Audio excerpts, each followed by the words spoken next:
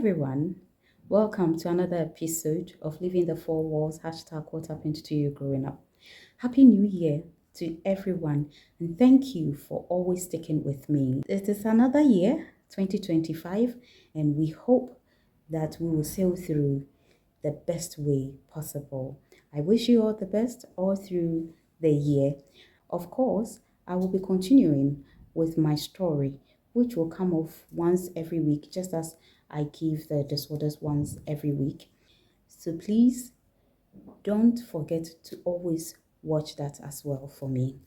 So for today, let's talk about bipolar disorder. And this particular disorder was formerly called manic depression. Manic depression. So this is a disorder where the person has an extremely mood swings. It can be a mania one or a hypomania one or a depressive one. We will look at these three for you to understand it better. Let's look at the causes of bipolar disorder. Childhood traumas, sleep deprivation, stress, genetics, poverty, use of substance, environmental factor, and brain structure. With mania and hypomania, the person will experience an euphoric feeling. The person will be extremely happy or excited about something that's best known to him or her. Their experiences or their symptoms are quite severe as compared to the hypomania. Hypomania is a bit mild than mania, but the issue here is that they all have their individual diagnosis. So the medication you diagnose or the directives you give to a mania patient, you cannot give that same diagnosis to a hypomania, because though they may all be experiencing the euphoric feeling, they have their individual diagnosis. With mania, the symptom can be so extreme that it can be unpredictable, and it is so severe that they end up breaking away or detaching from reality. Now let's come to the depression. We all know how sometimes depression can be. Feeling of sadness, feeling of hopelessness, or the person may lose interest in most activities that goes on around him or her. They sometimes even detach themselves socially from loved ones, from work colleagues. Even when they go to church, they don't want to mingle and all that. You may not know, maybe the person may be suffering from bipolar depression disorder. They may have their individual symptoms, but then research has combined some of these symptoms together for you to know if the person is having a bipolar disorder or not. That is the general symptoms that can prick you or that can draw your attention to the individual for you to seek help for the person or even for yourself. Let's look at some of these symptoms. Under mania and hypomania, the person may experience symptoms such as talkative and fast talking. They behave like people who have attention deficit and or hyperactivity disorder.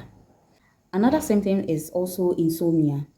So they have a sleep disorder or they struggle to sleep. The person can talk the whole day and ends up not being able to sleep even when he or she is tired. They are usually energetic and agitated. They have so much energy in them that makes them behave the way they behave when they are excited or when they are overly or extremely happy. They are easily distracted.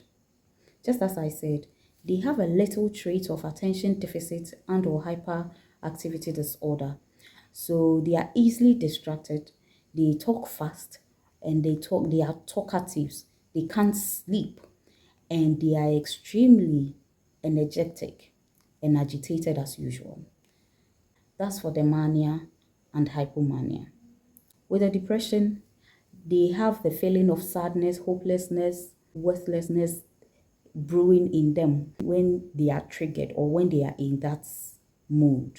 They don't have social life, so they detach themselves from people, from their loved ones when they are in that state. They also lack concentration and can sometimes or most times be suicidal.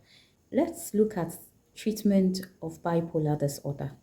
It has three categories of treatment. It has the palliative care, the medication, and the therapy.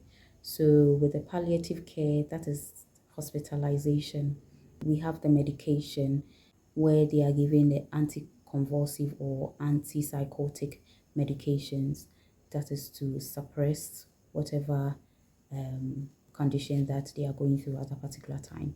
And also, with the therapy, we look at cognitive behavioral therapy, family therapy, because yes, it can be genetic. I said it earlier, psychotherapy, and interpersonal therapy. Treatment is usually lifelong, meaning the person can be on medication his or her entire life. So please be patient. Be patient with your loved one or be patient with yourself if you happen to find yourself in that condition. The way you behave when you are being triggered is not your fault. It is something that you barely have control over. But please, as soon as you realize you have some of these symptoms, seek help so that it does not get to the extreme where you would have to be taken to the hospital or be admitted in the hospital for proper treatment. I wish you all the best and I hope you follow me in my next episode.